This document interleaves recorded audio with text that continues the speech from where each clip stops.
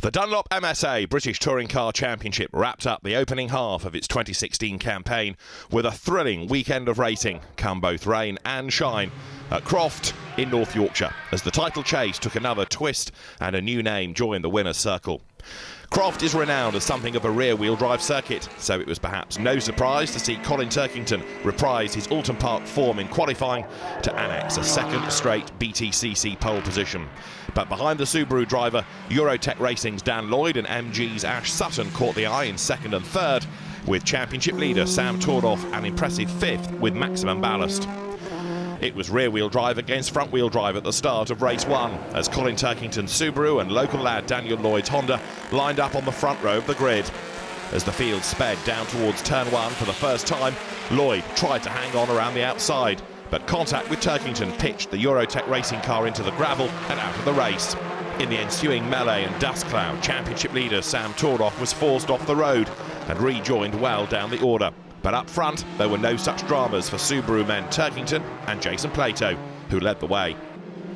Meanwhile, Hunter Abbott's strong qualifying performance came to naught, as the Powermax Racing Chevrolet was another early casualty following contact with Adam Morgan, bringing out the safety car at the end of the opening lap. It was only a short lull, and when the racing resumed, leader Turkington nailed the restart, as everybody sought to take advantage of the slightest error from the driver ahead. It was tight back in the midfield, with a slight shuffling of the order when Matt Jackson's Ford Focus put a wheel on the dirt at Sunny, while championship contender Morgan's weekend took an early blow when contact at the end of lap 5 put him out of the race. As the Subarus pulled away, all eyes turned to the tussle over third, with Jack Goff trying every way he knew to get past the impressive Ash Sutton, who wasn't willing to surrender his podium position without a fight.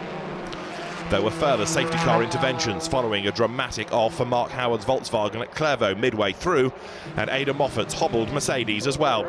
But the final order remained unchanged as Turkington tallied his second victory of the season from teammate Plato, with Sutton hanging on for his maiden Btcc podium in third. Jason Plato swept all the way around the outside of Colin Turkington to snatch the lead at the start of race 2, but greater drama was to follow later on. Teammate James Cole, in contrast, found himself beached in the Clairvaux gravel trap following contact with Alex Martin, prompting an early safety car appearance. Once the racing resumed, Tom Ingram was the man on the move, niftily diving past the Ford Focus of Andrew Jordan into Tower to grab 7th place. Turkington repaid the favour to teammate Plato on lap 5 as he passed the sister Subaru Levorg around the outside heading into Tower, with the BMWs of Jack Goff and Rob Collard holding a watching brief behind, as Ash Sutton's MG led a train of cars squabbling over 5th. The duel for the lead came to a head at mid-distance as Plato and Turkington collided going through Tower, momentarily delaying Goff and allowing Collard to opportunistically leapfrog from 4th to 1st in the blink of an eye, as the Subarus also swapped positions. As Collard controlled proceedings at the front, behind the lead quartet, Sutton had his hands full, fending off a whole line of rivals, with joint championship leaders Sam Tordoff and Matt Neal trading paint in the queue of cars. The BMW man made the move stick next time around, before setting his sights on Andrew Jordan's battle-scarred motor-based machine. Tordoff's next target was Ingram, but the same move he had successfully applied on Neal and Jordan failed to come off on the Toyota, forcing the Yorkshireman to think again. Collard remained untravelled to the checkered flag to record the 13th victory and 50th podium of his career, while the scrap over 7th went right the way to the line as Tordoff's last-ditch attempt to wrest the position from Ingram resulted in contact, although 8th spot did secure him pole position for the day's reversed grid finale.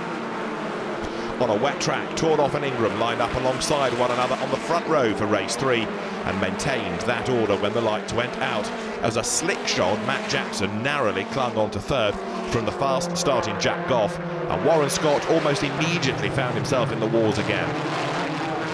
Later, around the opening lap, a number of different lines out of the chicane emphasised the slippery conditions. The safety car was deployed once more to deal with Scott's Subaru, and at the restart, Tordoff made good his escape, while Jackson gave a vivid illustration of the lack of grip available in his slick-shod Ford Focus. As Goff defended third place from race 1 winner Colin Turkington, Ash Sutton tried to slice down the inside of both of them into tower. The MG clearly revelling in the greasy conditions and the rear-wheel drive machinery not enjoying so much of an advantage on the damp track. Just one corner later and Sutton was up to 4th past Goff.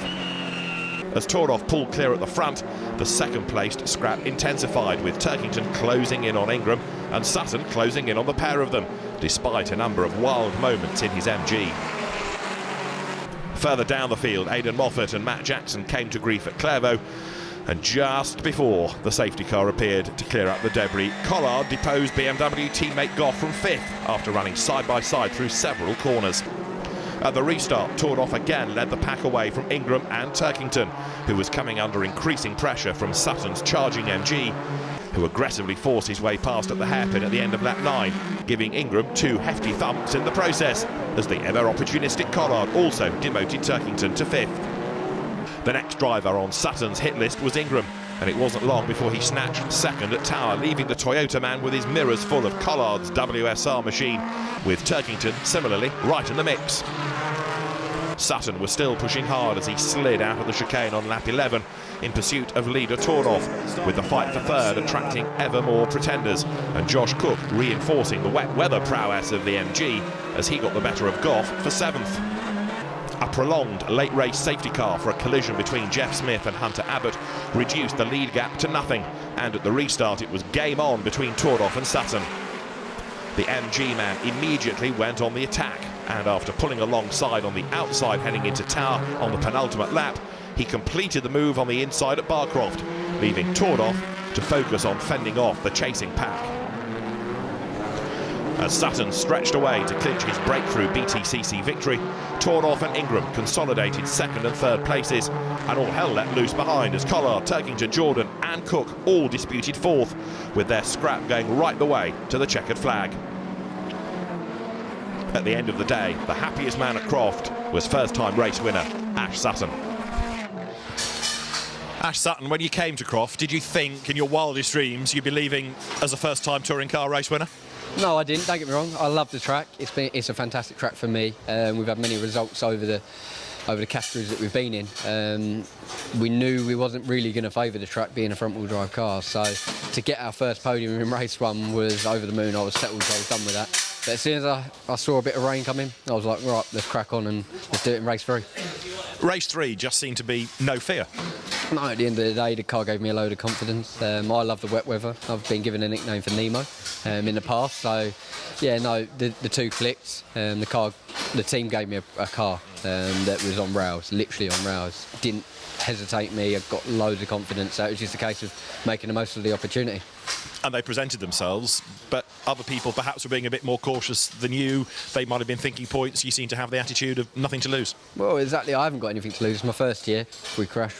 But at the end of the day, I was on the limit. I'd like to say that you caught a few moments. But, yeah, no, we were on the limit, and to be travelling half a second quicker than what the lead was doing at the time was the real key thing. It was just keeping that momentum going. The safety car come out, and it was like, right, have a break, gather your thoughts, and crack on for the last 2. We saw a big sideways moment coming out of the chicane with the team on the radio saying, just calm down a bit, or leaving you to it? They left me to it, to be honest with you. So, yeah, they left me to it, and I just did what I did. Fantastic, well done. Cheers, thank you.